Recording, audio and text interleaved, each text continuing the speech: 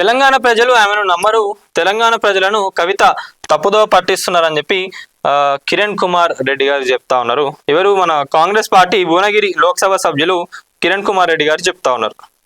తెలంగాణ ప్రజలు ఎప్పుడు కూడా ఆమెను నమ్మరని చెప్పి చెప్తా ఉన్నారు. ఎందుకంటే ఒక సొంత ఫ్యామిలీ నుంచి వెళ్ళే, ఒక పార్టీ నుంచి వెళ్ళే బయటికి వచ్చి నాకు ఆ పార్టీలో అన్యాయం జరిగింది, నేను ప్రజలు 10 సంవత్సరాలుగా ఇన్ని అరాచకాలు జరుగుతుంటే ఏ రోజు మాట్లాడని కవిత గారు ఈ రోజు బయటికి వచ్చి మాట్లాడుతూ ఉన్నారు.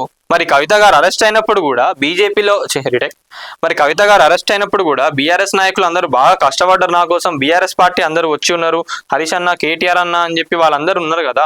మరి ఆల్ ఆఫ్ ది సడన్ గా ఇప్పుడు మీరు బయటికి వచ్చి బీఆర్ఎస్ లో ఉన్న నాయకులు అట్లా వాళ్ళు నాకు అప్పుడు కూడా హెల్ప్ చేయలేదు, ఎప్పుడు ఏం చేయలేదు, దోచుక తిన్నారు, లక్షల కోట్లు సంపాదించుకున్నారని చెప్తా ఉన్నారు కదా. మరి ఇప్పుడు మీరు పెట్టిన పార్టీకి కానివ్వండి, మీరు ఇచ్చిన అడ్వర్టైజ్మెంట్లకు కానివ్వండి, ఇప్పుడు కాంగ్రెస్ బీజేపీ నాయకులు అందరూ కూడా చెప్తా ఉన్నారు మీకు ఇంత ఫండ్ ఏడికెళ్ళి వచ్చింది, ఇన్ని పైసలు ఎట్లా ఇవ్వగలుగుతున్నారు. మరి మీరు ఈ రోజు ఈ స్టేజ్లో ఉన్నారంటే దానికి కారణం కేసీఆర్ గారే కదా. కేసీఆర్ గారి వల్లనే కదా మీరు అందరూ, కేసీఆర్ కుటుంబం కానివ్వండి వీళ్ళందరూ కూడా ఈ రోజు మంచిగా ఉన్నదంటే ఎవరి వల్ల? కేసీఆర్ వల్లనే కదా. సో మీరు ఎన్ని మాటలు చెప్పినా కూడా జనాలు ఎవ్వరు కూడా నమ్మరు, మీరు ఎన్ని హామీలు ఇస్తా అన్నా కూడా జనాలు ఎవ్వరు కూడా నమ్మరు. ఇక్కడ కూడా జనాలు కూడా ఆలోచించాలి, ఏ పార్టీ ఎన్ని వాగ్దానాలు ఇచ్చినా, ఎన్ని హామీలు ఇస్తామని అన్నా కూడా తెలంగాణ రాష్ట్రంలో తెలంగాణ గవర్నమెంట్ దగ్గర అంత బడ్జెట్ ఉందా లేదా అనేది ఒకసారి ఆలోచించండి. బీఆర్ఎస్ ప్రభుత్వం ఎన్ని అప్పులు చేసింది, ఇప్పుడు కాంగ్రెస్ ప్రభుత్వం పథకాలు ఇవ్వడానికైనా, గవర్నమెంట్ రన్ చేయడానికైనా ఎన్ని అప్పులు చేస్తున్నది ఏందనేది ప్రతి ఒక్కరు తెలుసు కదా. మరి వచ్చే కొత్త పార్టీ కూడా ఇష్టం ఉన్నట్టు కానీ ఫ్రీ పథకాలు ఇస్తా ఉంటే ఎట్లా నమ్ముతారు? ఖజానా ఏడున్నది, ఎట్లా ఇస్తుంది ఏందనేది ఒక్కసారి ఆలోచించండి. జనాలు కూడా మీరు ఆలోచించకుండా వీళ్ళు ఏవో మాటలు చెప్తుంటే తిజగా ఉన్నాయి అని చెప్పి వాళ్ళ కోట్లు వేసిన అనుకోండి, మళ్ళీ 5 సంవత్సరాలు జనాలే బాధపడాల్సి వస్తుంది. ఏ పార్టీ అయినా కూడా, ఏ పార్టీ నాయకులైనా ఎవరైనా కూడా, ఎవరెన్ని ఏది చెప్పినా కూడా ముందు వెనకాల ఆలోచించుకునే బాధ్యత ప్రజలకు ఉంటుంది. మరి కల్వకుంట్ల కవిత కొత్త పార్టీపై కాంగ్రెస్ భువనగిరి లోక్సభ సభ్యులు చామల కిరణ్ కుమార్ రెడ్డి గారు కీలక వ్యాఖ్యలు చేసిండ్రు. తెలంగాణ రాష్ట్ర సేన పార్టీ పెట్టినందుకు ఆమెకు ధన్యవాదాలు తెలిపిండ్రు. అమ్మగా జేబులు చూసేదాన్ని కాదని కడుపు చూసి పాలిస్తానని కవిత చెప్పారని ప్రస్తావించారు. శనివారం రోజున హైదరాబాద్ వేదికగా కిరణ్ కుమార్ రెడ్డి మీడియాతో మాట్లాడారు. బీఆర్ఎస్ 10 ఏళ్ల అధికారంలో ఉన్నప్పుడు జేబులు చూసి పరిపాలించారని కవిత చెప్పారని అన్నారు. నీళ్లు నిధులు నియామకాల పేరుతో గతంలో టీఆర్ఎస్ ను ఏర్పాటు చేశారని ప్రస్తావించారు. బీఆర్ఎస్ అధికారంలో ఉన్నప్పుడే కవిత బయటకు వచ్చి పార్టీ పెట్టి ఉంటే ప్రజల్లో మంచి ఆదరణ వచ్చేదని చెప్పుకొచ్చిండ్రు. నేను చెప్పింది కూడా కదే.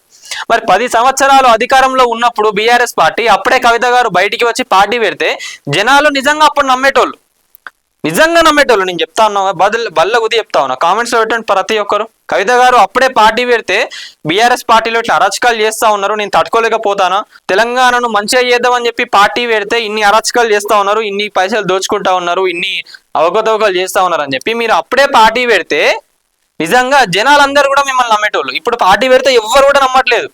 ఇదంతా కూడా ఒక పొలిటికల్ ఎజెండా, ఇదంతా కూడా ఒక పొలిటికల్ స్టంట్. కేసీఆర్ గారే పార్టీ పెట్టించిండ్రు మీతో అని చెప్పి అంటా ఉన్నారు. అంతేగాని కవిత గారు ఏదో సొంతంగా పెట్టినా అని చెప్పి ఎవ్వరు కూడా అంటలేరు. ఎవరు అడిగినా కూడా గదే చెప్తా ఉన్నారు. ఇది అంతే ఏంటంటే ఓట్ షేర్ కోసం అంతే తప్పించి వాళ్ళ ప్రయోజనాల కోసమే వాళ్ళు చూసుకుంటా ఉన్నారు. అంతేగాని ఏదో సొంతంగా పెట్టింది కాదని చెప్పి జనాలు అందరూ అంటా ఉన్నారు. కరెక్ట్ చెప్పిండ్రు కిరణ్ కుమార్ గారు. కేసీఆర్ హయాంలో దోపిడీ చేశారు, నీళ్లు నిధులు నియామకాల పేరుతో తెలంగాణను కేసీఆర్ హయాంలో దోపిడీ చేశారని చామల గారు ధ్వజమెత్తారు. బీఆర్ఎస్ హయాంలో 10 ఏళ్లు కవిత ఎందుకు మౌనంగా ఉందని ప్రశ్నించారు. ఇప్పుడు అంత ధైర్యం వచ్చింది కదా అండి కవిత గారు, మరి అప్పుడు ఎందుకు రాలేదండి ఆ ధైర్యం? అప్పుడు ఎందుకు రాలేదు? అంటే అధికారంలో ఉంది ఏమైనా వేసుకోవచ్చు అని చెప్పి మీరు అని అనుకున్నారా? అప్పుడే నిజంగా అసలు కవిత గారు పార్టీ పెట్టుండే ఇప్పుడు ఇట్లుంటుండే కాదు. బీఆర్ఎస్ లో ఉన్న నాయకులందరూ కూడా మీ వెనకాల వచ్చేటోళ్ళు, ఉద్యమకారులందరూ కూడా మీ వెనకాల వచ్చేటోళ్ళు. అది ఏంటంటే లాయల్ గా ఉండేటోళ్ళు ఉంటారని అంటారు కదా, వాళ్ళందరూ మీ వెనకాల ఉండేటోళ్ళు. ఇప్పుడు మీ వెనకాల ఉన్న వాళ్ళు ఎంతమంది నీతిగా నిజాయితీగా ఉంటారో ఎవరు కూడా చెప్పలేం. ఏదో ఇప్పుడు బీఆర్ఎస్ అధికారంలో లేదు కదా, కేసీఆర్ గారు కూతురే కదా, వెనకాల ఉన్నా కూడా మళ్ళీ ఫ్యూచర్ లో వీళ్ళందరూ కలిసిపోయినా కూడా మాకేదన్నా లబ్ధి పొందుతుందేమో అని అనుకుంటారు. కానీ మీరు నిజంగా అప్పుడే బయటికి వచ్చి ఉంటే మీ వెనకాల ఉన్న ప్రతి ఒక్కరు కూడా ఈ రోజు ట్రూ లీడర్, లాయల్ గా ఉన్నోళ్ళే ఉంటుండే. కరెక్ట్ చెప్పిండ్రు. పంచుకునే వాటాలో తేడాలు వచ్చి ఆమె బయటకు వచ్చారని తెలంగాణ ప్రజలు భావిస్తున్నారని అన్నారు. గట్లనే ఉంటుంది, మరి ఇంకేముంటది అంటే జనాలందరూ అట్లనే అనుకుంటారు. ఈ టైంలో వస్తే ఎవరైనా కూడా గట్లనే అనుకుంటారు. కవిత ఇప్పుడు బయటకు వచ్చి సీఎం అని నినాదాలు చేయించుకుంటున్నారని విమర్శించారు. సీఎం రేవంత్ రెడ్డిని కర్కోటకుడు, హిట్లర్ అంటే కవితకు మార్కులు పడవని ఆక్షేపించారు. రేవంత్ రెడ్డి రైతు రుణమాఫీ, ఫ్యూచర్ సిటీ, ఉద్యోగులు మూసి ప్రక్షాళన చేసేందుకు కర్కోటకుడు అయ్యారా అని ఫైర్ అయ్యారు కిరణ్ కుమార్ గారు. ఇది ఓకే. కవిత పార్టీ పెట్టుకోవచ్చని, పోరాటం చేయవచ్చని, ప్రజల్లోకి వెళ్ళవచ్చని తెలిపారు. తెలంగాణను దోచుకోవడానికి ఆమె సీఎం కావాలని అంటున్నారా అని నిలదీశారు. కవిత నిర్మాణాత్మక రాజకీయాలు చేస్తే స్వాగతిస్తామని తెలిపారు. ఆమె తెల్ల కాగితం కాదని, 10 ఏళ్ల బీఆర్ఎస్ పాలనలో ఎంపీగా, ఎమ్మెల్సీగా ఆమె పనిచేశారని ప్రస్తావించారు. తెలంగాణ ప్రజలను కవిత తప్పుదోవ పట్టిస్తున్నారని, తెలంగాణ ప్రజలు ఆమెను నమ్మరని కిరణ్ కుమార్ రెడ్డి విమర్శించారు. సో ఇది మరి దీనిపైన మీరేమనుకుంటున్నారు? కిరణ్ కుమార్ రెడ్డి గారు ఇలా చెప్పిన పాయింట్స్ ఏవైతే ఉన్నాయో నిజంగా కొన్ని వాస్తవమే. అది మరి దీనిపైన మీరేమనుకుంటున్నారు ఏంటనేది ప్రతి ఒక్కరు కూడా కామెంట్ తెలపండి. అప్పుడు తెలుస్తుంది కదా ఏది నిజం ఏది అబద్ధం అనేది. జనాలు కూడా ఎట్లా ఆలోచిస్తున్నారు ఏందనేది కూడా తెలుస్తుంది ప్రతి ఒక్కరికి.